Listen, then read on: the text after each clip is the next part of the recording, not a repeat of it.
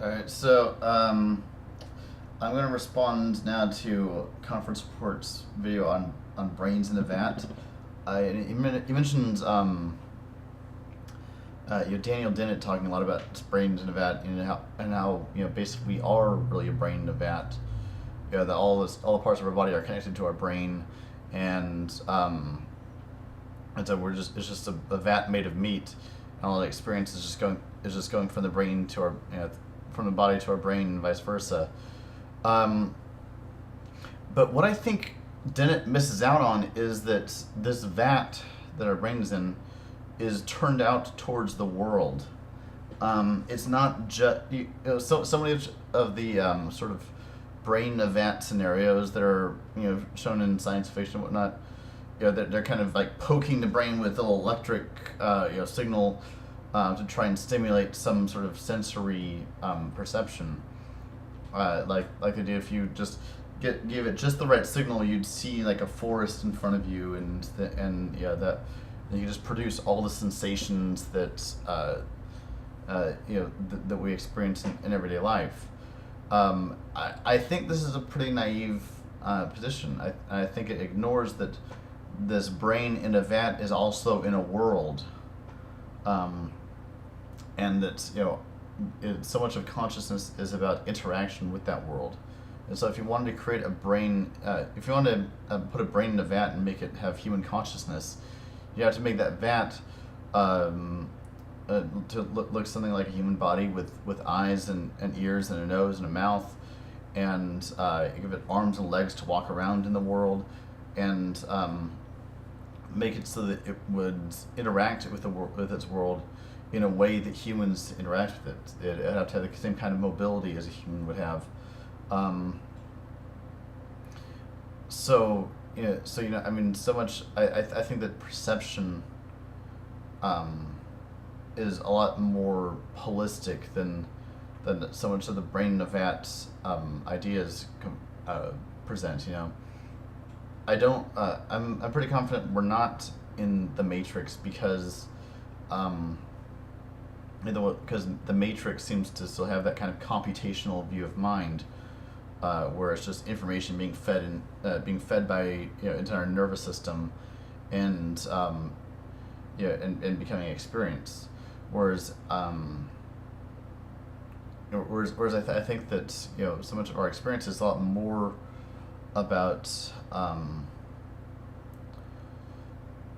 about habitual pairing with the world.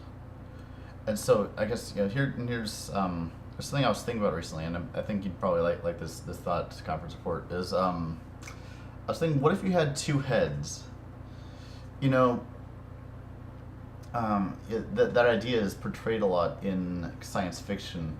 If you have some alien character who's like there for comic relief, and he's got two heads, and the heads are bickering with one another, and like each head controls one side of the body, and they're like, no, I want to go this way, no, I want to go this way, this kind of fragmented, yeah, sense of consciousness, where each head has its own consciousness.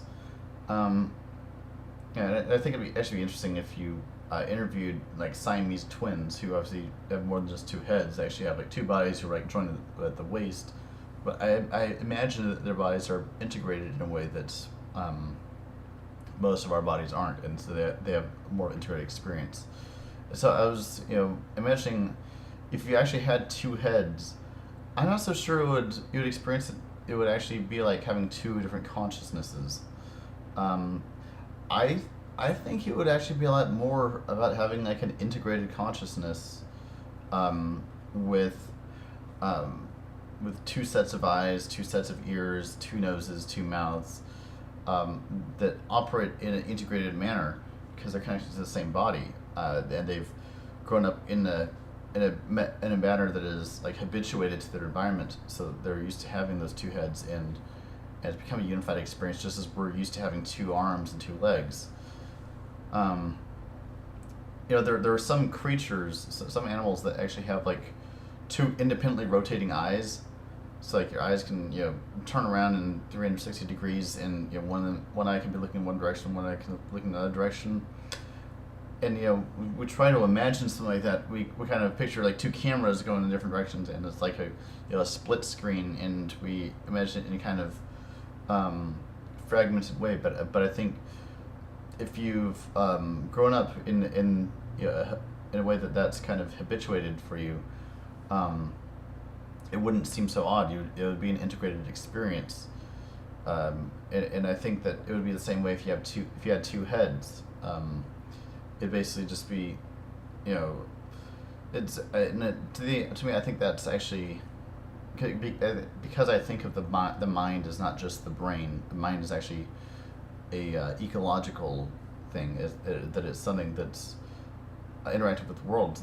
But because of that, I think that two brains would not equal two consciousnesses if they were part of the same body. There would be actually two parts of the same nervous system that would create a unified sense of experience. So I guess I'll leave it for now. Peace.